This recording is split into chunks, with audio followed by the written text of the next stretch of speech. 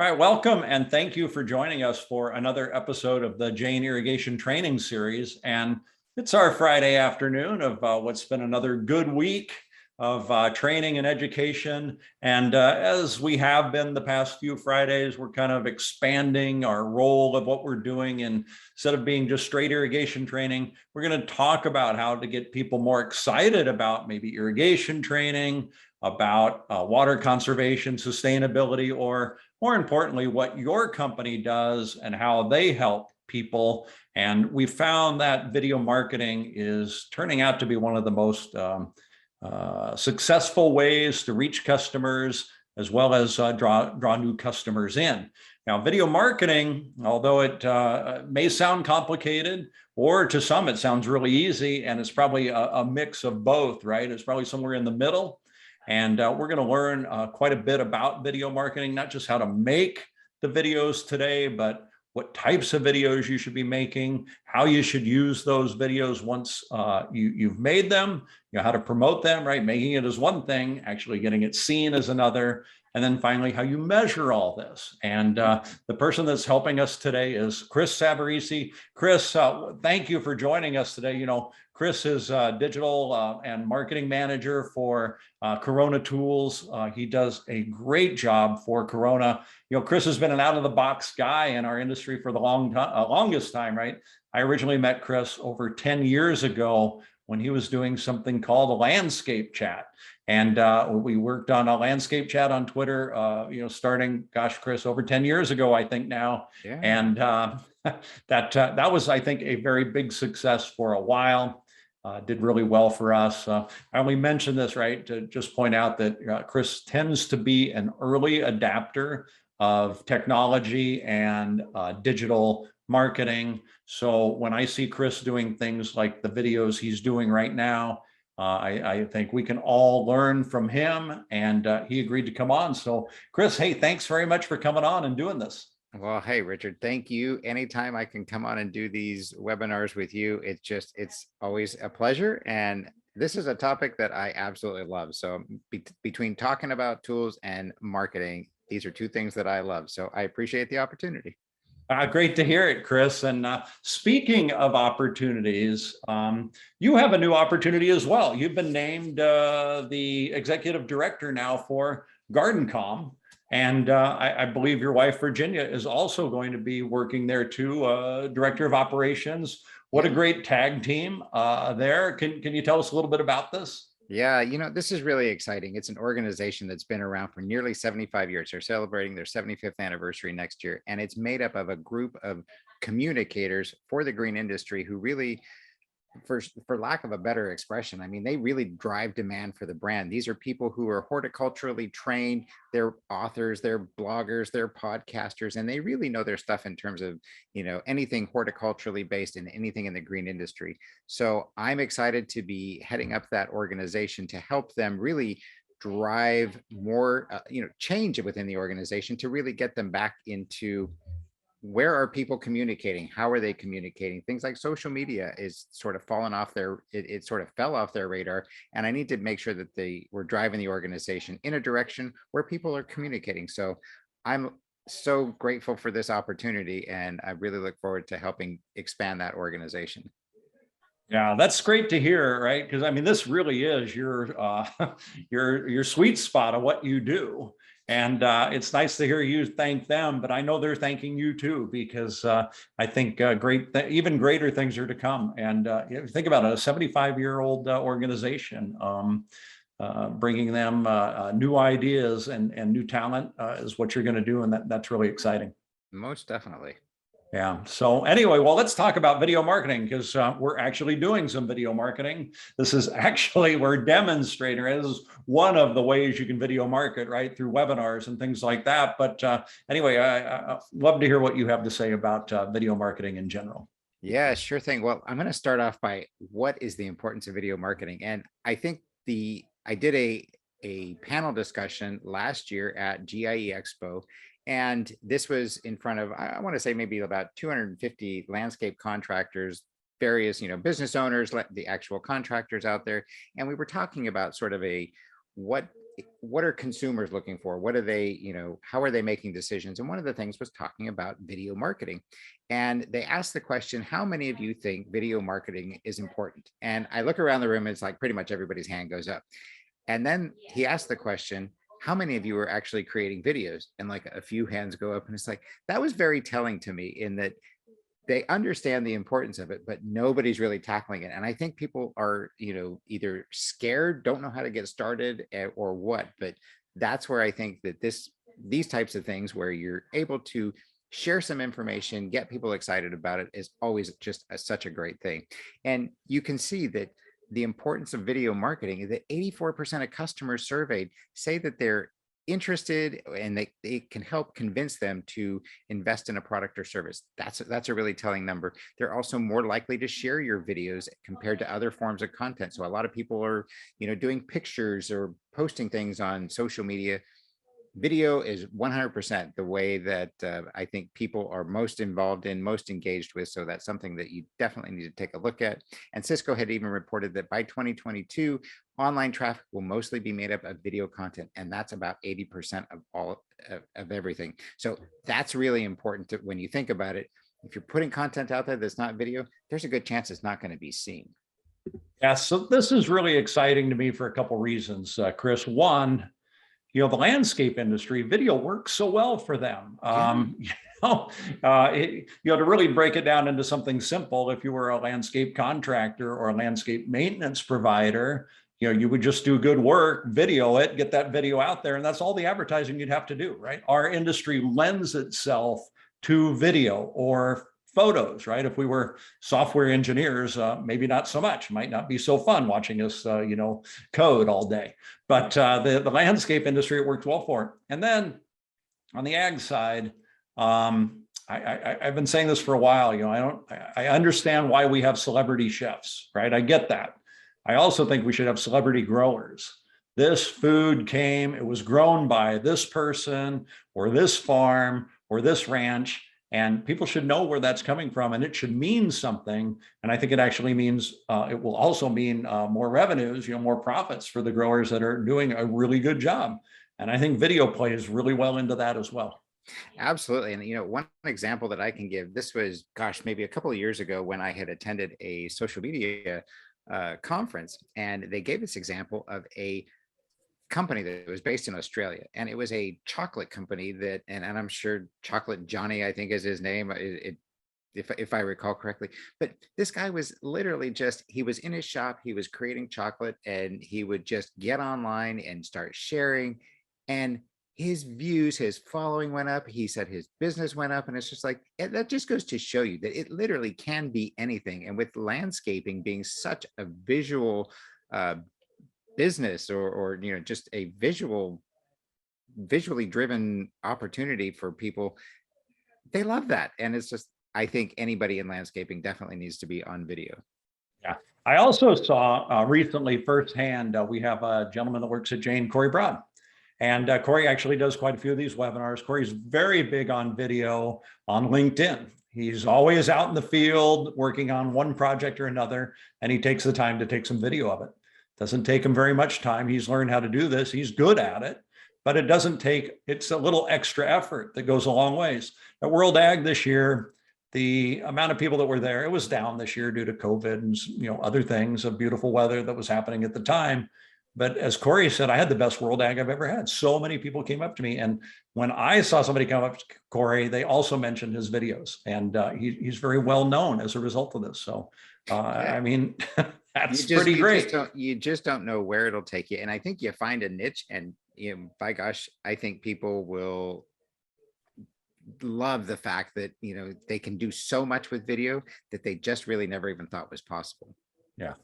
So some of the types of videos that people make are, and I've got a graphic here. This is something from Vidyard that is a great resource if you need that.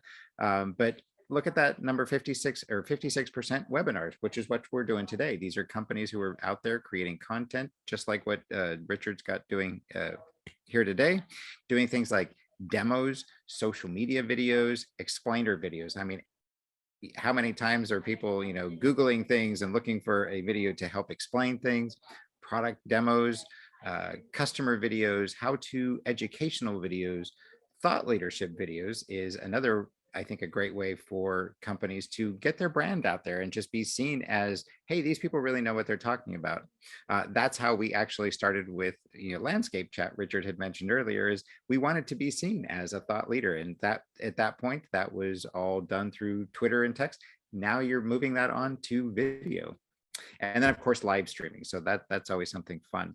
Uh, and the types of videos that I wanted to share, sort of the types of videos that we do at Corona, and short series. And that is, I'm going to, on the very first slide, forgive me, I'm going to go back here. So this series I had done with a group of individuals out at Proven Winners, went out there, we created some fantastic videos about tools for plants, for shrubs and trees. And it created such a great series that we posted one every week, and we got just a ton of comments and feedback. Richard is always telling me how much he loves these videos that we did. And that's just as easy as it can be, is just going out and creating some, fun short series videos.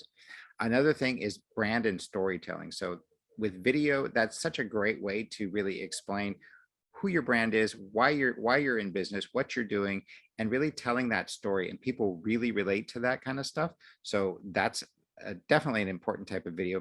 The how-tos, especially from a landscaping perspective. One of those other things that we found out from that panel that I had mentioned from GIE Expo was that consumers are actually, they're curious. What are you doing in our yard? How does that happen? What kind of things are you doing? And to create some video content, consumers are actually interested in that. So that's a great way to do that. That's so true, Chris. I just want to interrupt a second on a couple of things. One, I recently bought a pot for my kitchen based on a video I saw of how it was made. Right. Yeah. Once I saw how all that went into making it, I got to have that. But your short series videos, I love these. I think they really set a bar for the whole industry that is higher than anything else. And I think, well, tell us a little bit about it. You recorded multiple at a time. The length of them are pretty short, so anybody can watch them in a really quick time period. And how was it to produce them? Can you tell us a little bit about that? Sure, I would absolutely love to. So this was something that just sort of came about by, and here's customer feedback. Customers were asking, I'm planting this particular shrub, what tools do I need for that? And I just thought that was such an interesting question. So I went to the folks at Proven Winners and said, hey, you guys are, Proven Winners Color Choice Shrubs has a ton of shrubs. Could we get together and do some video series of, here's what you need for buddleia, here's what you need for roses, here's what you need for hydrangeas. And we just created this series of videos to help people say, here are the plants, these are the types of tools that you'll need to maintain those throughout their, the course of their life. So I went out there, they shot these videos, and we just took a day to, we mapped out what those videos were going to be, what we were going to talk about. And we just went boom, boom, boom, one after the other, and just kind of, recording this footage. And then afterwards you could go back and you can edit that. And I will tell you, editing is everything when it comes to video. So even if it's hard to get everything right in the first take. It just doesn't happen.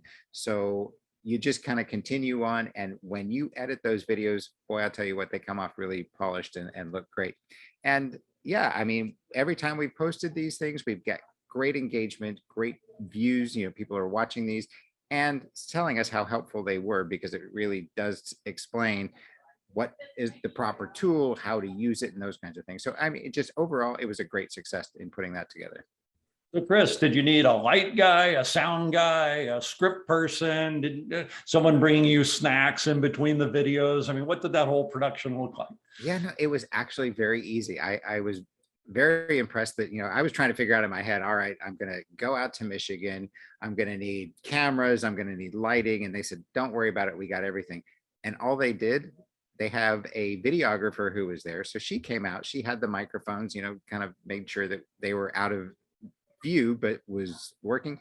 We didn't have to worry about lighting. She handled everything. And by gosh, it did not take a huge crew. And that's what impressed me the most, because I had been watching their videos in the past and thinking, wow, what kind of production crew do you have to create a video like this? And it was very minimal, very easy. Yeah, because in the old days, we used to think about 1 minute video, $10,000. 10,000 minute used to be kind of the going rate. It's actually way less than that now. Yeah, definitely.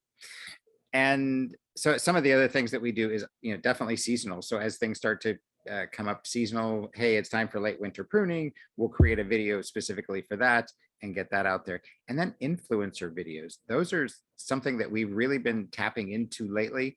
And I'll get into that a little bit later, but having somebody else create a video for you that has a following, they tend to trust that person and believe they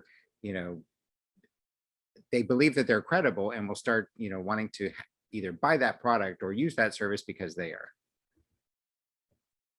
We're seeing this influencer marketing turn up more and more, right? Every day. Nobody really cares what Richard Restuccia says about Jane products because they know I love them, I work there, that's obvious. But when somebody else is benefiting and willing to talk about it, it makes a big impression. Yeah, absolutely. And I think there's a good balance of both. I think it's good to have influencers creating content for you. But having your own content as well, I think is of value because nobody can speak to your brand as well as you do. The influencers can certainly share that excitement with their audience, but I think it's a good balance of, having both. And then one thing that I did want to talk about on this user generated content is that, 84% of millennials say that the user generated content really influences their purchasing decisions. So don't discount that. And that 90% of all shoppers say user generated content is influential. And 70% of consumers trust people in their network more than they trust brands. And I think that's really important. It's very important and it's very telling that while you're still continuing to tell your story, it's equally as, if not more, beneficial to have an influencer who's out there talking about your brand because people are going to trust them. Yeah, that's so true. And if you can connect with consumers from a trust standpoint, you're so much further ahead than where you're going to be in just straight shotgun marketing at them. Yeah, definitely. And the reason for this slide here, talking about this community, is this is one way that we've just launched this community, and this is one way to really tap into who are those loyal, brand loyal users. And if you have a community that you can always go back to, that's a great way to incentivize them to create some content, whether you're giving away some free product or doing a $250 Visa giveaway gift card or something to incentivize them. But it helps drive your community, but it also helps generate that user generated content, which is what, something we're definitely interested in doing more of. Yeah, the other thing that's interesting is we're not inventing this either. I mean, you go back to any computer hardware or software, they create user groups that share information and they're trusted within that. So it just seems like that whole concept's just expanding out of technology. Sure. Well, and the Echo Means Business webinars that you mentioned, that you're doing yours next week, is that right? Tuesday, yeah, we're going to talk about increasing margins and expanding business for landscape contractors using water management services. Yeah, and what I love about that community is it's like, I think the last numbers that I heard was it's 22,000 landscape contractors, but they have their core group of user advisory council that they rely on. They create videos for them. They'll do product reviews and those types of things. So there's really creative ways to find people who are not only influencers in your, with your audiences in your network, but to create content. And doing something like user generated content, that doesn't cost you anything other than that, if you're just trying to, give them a little incentive or something like that with product or whatever. But I mean, it costs very little to get some really valuable content. Chris, how do I actually find users that will do a video like this? Do you have any suggestions for that? Social media is one of the best ways to do that. I think we've gone through, talk about that Echo Means Business. I had met this group of, it was two twin sisters landscape contractors. They had their own business. They're based in Kentucky, and they were out there just killing it on social media. And I just kind of continued to talk to them. I'd send them products. They would talk about Corona. Well, it turns out that they are part of that Echo Means business, and I'm really thrilled that they are their top, most engaged users on that Echo Means business, and they're going to be on our presentation. So I'm excited and I'm thrilled. But that's just a great way to, be out there on social media, engaging with these folks, create a relationship with them. And I can assure you, if you have products that you want to, get them to talk about, a lot of them are really interested in just say, yeah, send me some product. I'll do a quick video on that. Yeah, that's great to learn, right? It's this building relationship process that's beneficial to both sides. Well, and I will tell you, one of the things that I would love to do with GardenCom as I get further into this is put that influencer network together. So people like, you get influencers who are joining the organization, and then you've got these brands that are part of the organization too. Put them together and really put together a program where you say, hey, influencer XYZ, I've got brand over here, and they want to work with you. So I just think there's really creative ways to do that. Yeah, I do too. It's going to be exciting to see what you guys do. Yeah, definitely. Well, you can't talk about videos without having the resources that you need to get those done. And I think a lot of people, this is where they get bogged down or just don't even get started because I don't know where to start. I don't know what you need. And the good news is it's not really a lot that you have to, shell out to create videos. Things like having a good quality video camera, and it doesn't have to be expensive. I can assure you, most people have an iPhone or a Samsung Galaxy in their pocket, and you know how well those shoot videos. To just take it out into your garden, landscape, whatever it is, and shoot some really good high quality video. One thing I will say that to keep in mind is when you're shooting the videos, is to just always remember to put it landscape as opposed to portrait. Portrait's great for sharing on things like Instagram or TikTok or one of those other channels, but think about when you're creating this video is that you have to kind of think about, where is this video going to be used? And if you create this portrait video and every place else is going to be landscape, then you're going to, wish I had something different. So just keep that in mind when you're doing that. Definitely something like a tripod or a video gimbal will help create really stable video. There's nothing really more annoying than bad audio and bad picture. If the picture's bouncing up and down and it just, you can't watch it, you will not watch it. You'll turn it off. A good editing program. And I will say this, the majority of the videos that when I first got into doing videos for Corona was using the program that comes on the Mac. So things like iMovie, or you can, I think, Windows Movie Maker in PCs. I haven't used that in such a long time. I'm trying to remember what that is, but these are systems that come right out of the box, on your computer, and they're very simple to use. They make them very simple to use. You can also go to things like, Adobe Premiere and which is a little more advanced. This is where I've started to go because I think you can do more things with it. But just to start off with, the standard system that's on your computer. And I will tell you this, it's even on your phone. So if you have an iPhone, I know that that iMovie is something where you can go in, you can edit videos, you can add some titles. It's really impressive as to what you can do. And then a professional video service. So if you don't have those resources, or you just don't have the time to mess with that, there are tons of companies that are out there to either shoot videos for you, do all the editing and that kind of stuff. And they're really reasonably priced. So definitely take a look at that. Another thing that I'm planning to do with GardenCom is to have that video service where either, you just shoot some video and say, here's the video, and I want you to make something out of this. And that way you're not having to have all these different, these different resources, your Mac, your Adobe software, that kind of stuff, and just shoot the video, upload it, say, here you go, here's my script, this is what I need, and this is what I'm looking for. And it's very easy to do it that way. So I think there's a lot of alternative ways to get out there and create some video content. You know what I love? I love a couple things about this. One is if you're a multi-billion-dollar landscaping company, this puts you on an even playing field as the smaller, 5-person, 3-person landscaping company that in trying to find business, right? Because just about anybody can do what you're describing here. Yeah. I love that it evens the playing field. Yeah, and then, absolutely. I was just going to say, I bought a gimbal a few years ago, and one of the first times I used, I was filming another master gardener, and I stumbled when I was filming. I didn't go down, but I did stumble a little bit. I thought, oh my gosh, this is going to look so bad on the video when I jumble here. And with the gimbal, it's stabilized even when I stumbled. You couldn't tell. It was really amazing what a difference the gimbal made in shooting that video.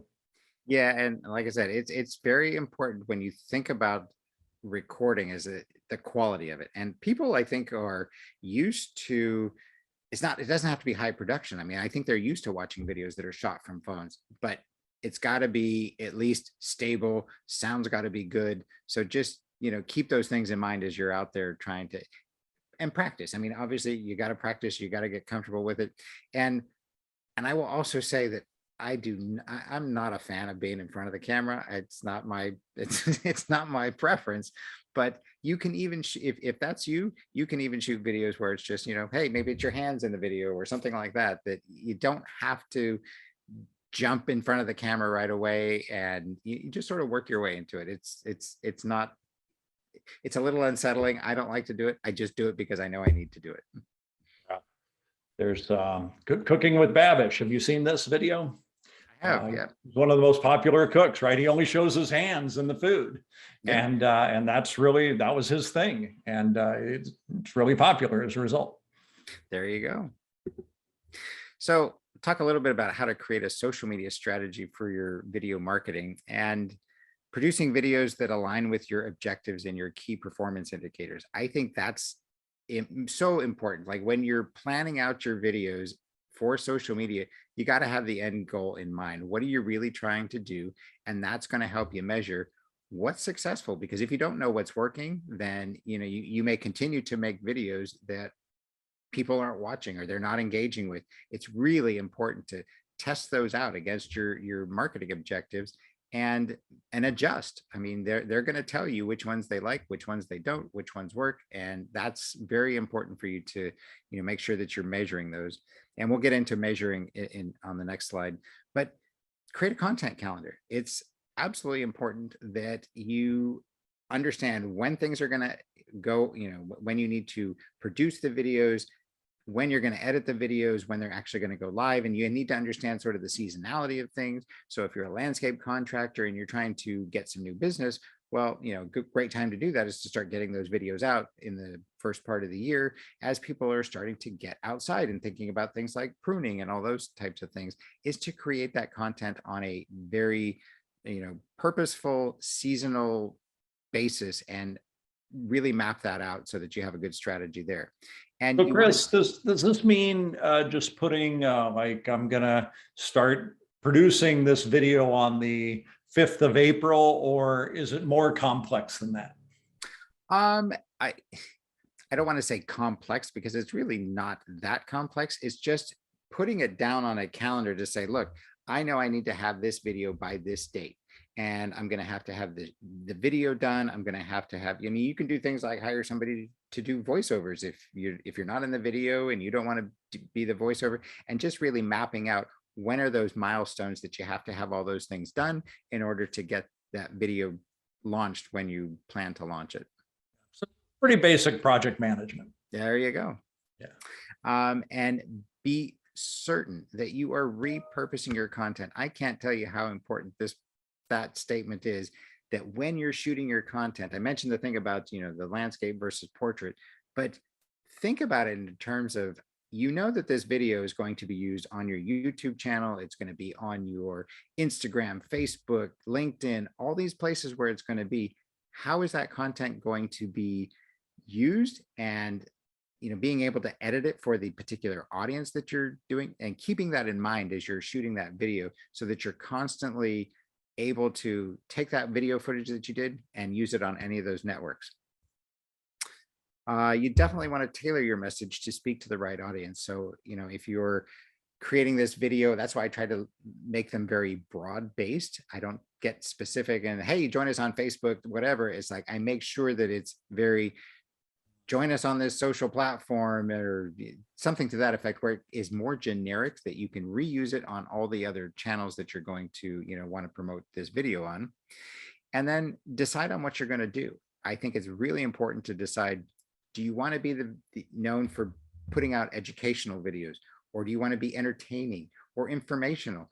I think it's very important that you decide what you're going to do and then be consistent and sort of stick with that. Certainly you can do some others along the way, but people are going to follow you for a particular reason. And if you change that up, you're going to, your audience it might confuse your audience. And it's like, you want to make sure that you're always giving your audience what they're looking for. Well, isn't that the truth, right?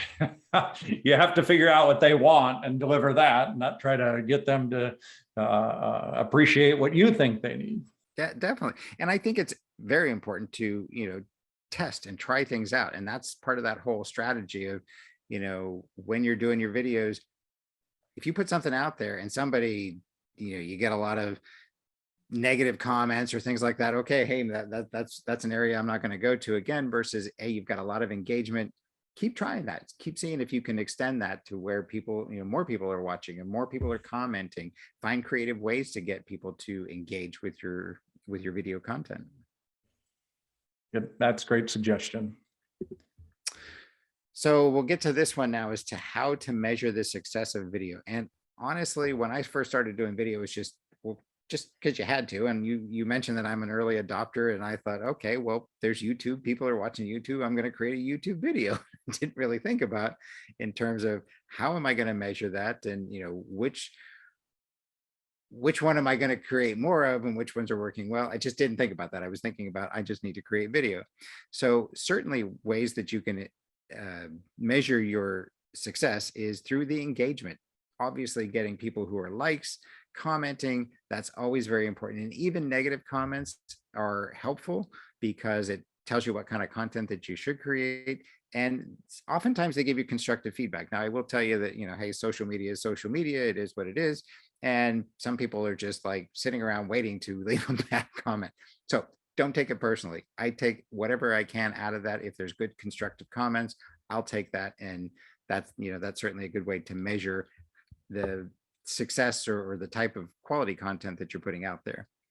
Certainly subscribers and followers. Boy, I tell you what, you put out some good content, you will get good subscribers and followers, and you have to be consistent about that. And the more consistent you are, the more likely you are to get followers as well as engagement. Views and impressions is another way. That's something that is very valuable, that I think you can see it here. This is our YouTube channel. This is one of those particular videos with proven winners. And go into the analytics of your YouTube account. All of the social channels have these types of analytics, and it's very important to go there and look at these on a frequent basis, because there's times that you'll see a video is not performing well, and sometimes that could just be that there could be something wrong with it. It wasn't edited properly, the lighting was bad or something. It doesn't mean that the topic was bad, but it's very important to go in and see the analytics behind that. That's so true, because oftentimes you say, this is a great video, this is a great subject, I don't understand what's happening. Oftentimes I found if you don't describe it correctly, right, you won't hit the SEO and won't get an audience as a result of that. Yeah. And that's what it is. You're constantly trying to, I don't want to say play the algorithm game, but it's what are people watching, what are they engaging in, and things like, you can measure it with SEO and site traffic. So if you've got a great video out and you put the links down on the bottom, are people clicking through that? Is it showing up when people do a search for that particular topic? Like, what are the best tools for shrubs? And I can go there and look and see, where does this video show up on, on a search like that? So if it continues to grow and more people are watching it, I think that's a great win. If there's just no engagement, change it up, do a different type of video. Then certainly you can measure that through click-through rates and call to action. So if you have something in your video that says, hey, go here, sign up for that, or, purchase this, that's a great way to measure the success of that. Certainly generating new leads, new customers, and people doing brand search. I don't know if anybody's out there doing that. This is a tool that I absolutely love, which is SEM Rush. it's a free tool. There's a pay version of it, but just for the free aspect, you can get in there, you can do some really good searches and find out what people are searching for. What are they, searching for when it comes to your brand? How is your brand increase, like in terms of on SEO and the Google ranking? It'll tell you your position on any given week. And these things are such valuable tools. And if you've got a particular video, you're able to, see how did that change. And That's it's eye-opening and at times depressing, but but it really does help you change your course if you need to.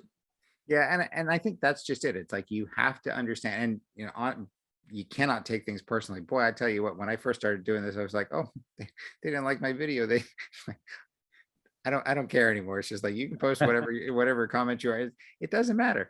I think it's just important that, as long as you're out there and actively engaging and people are engaging with the brand, that's always a good thing.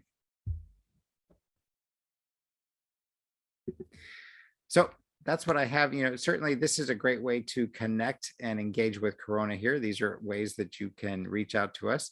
But I'm happy to answer any questions and help people. That's what we want to do, is we want to generate more content, more videos. I think it's so important for the industry, and we just are encouraging more to do that. Yeah, so Chris, I fed you questions during, and that took care of our audience questions. One thing I want to know or ask you still here at the end is you've got coronatoolsusa.com and you've got the Green Industry Leaders Network. How do those two interact? Where do I find each? Are they separate areas that I would find those on the web? How would I do that?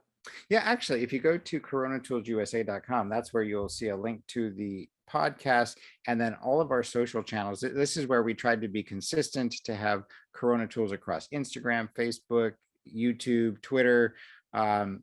We are now getting into TikTok, and that's something that's really kind of interesting, is that I always thought TikTok was, it's a young network, but here's an interesting thing that I learned, was that TikTok is now the highest traffic site on the internet, period, even surpassing Google. And I had talked to somebody at Google who's a creative director that I had worked with in another capacity. And she's like, Chris, I got to tell you, this is the ground floor of the green industry, gardening and landscape. You get in on this now, you can certainly make an impact on TikTok. And that got me excited. So we are going to be participating. We're going to be jumping into TikTok. If you haven't looked at that, that is a network that you should definitely be checking out. Well, you just swayed me. I've been on the fence on it, but after hearing those statistics, Jane will be on TikTok very, very shortly. Well, I look forward to seeing what your Jane dance is going to be and what you're going to come up with. I guarantee you, I'm not going to be doing it, but Corona will find a way to do that. Right. Yeah. So yeah, I can't wait to learn what that actually means. Yeah. We have another question coming in right now, and someone's asking if there's a preferred software for editing videos that you use. Yeah, Adobe Premiere. I mean, it is an expensive platform. I think it's, if you get the Creative Suite, I want to say it's like $69 a month. But the stuff that you can do with it, it takes you some time to learn it. It takes you some time to practice at it. If you want something that's just inexpensive, go with whatever's on your Mac or your PC. That was the Movie Maker or the iMovie. And you can do a lot of stuff that you can do in Adobe Premiere. It doesn't have to be complex. It doesn't have to be expensive, but there's definitely some great tools out there. Yeah, that's a great suggestion, and I know it's a challenge for the hardware manufacturers, and they don't want you leaving their platforms to go edit someplace else. So I know, like, iMovie is getting really good. Well, so what platform do you use on your videos? Do you have any idea? Yeah, so well, I don't know what our professionals use. I know, I just use the software that's on my iPhone or my iMac, right? The iMovie. And I used to go elsewhere for my photo editing too, but now, Apple's done such a good job with the photo editor built right into the phone that's very easy to do. Absolutely. And I think that's just it. All you have to do is just see what's available out there and try, practice experimenting. I went with the Adobe Premiere just because there are things that you can do. And if you want to step up your game, a little bit more than what Movie Maker can do, those are great platforms to look at. Yeah, I know other people at Jane Marketing use the Adobe Premiere also, and really like it. And I guarantee you, I am no expert at this, and it's taking me quite a while to get into it.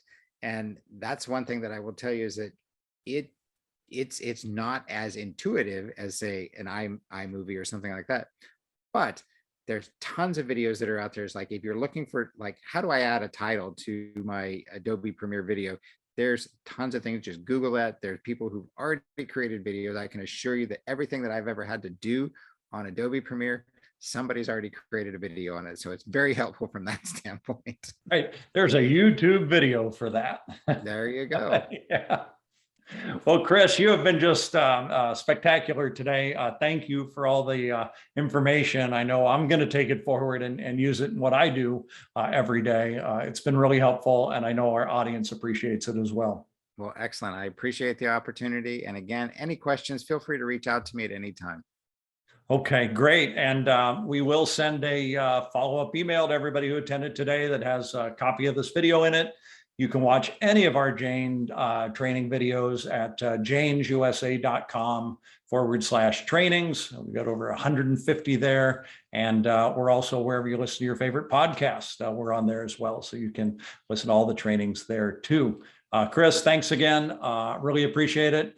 Hope everybody has a really nice weekend. We'll be back on Wednesday, and we're going to be talking about on Wednesday how to use fertilizer injectors for your agricultural grow, and how you work that in with the Jane Logic software. So pretty interesting topic, and how to really use technology to advance your goals as a grower. So thanks again. Have a great weekend, and we'll see you all next week. Thanks.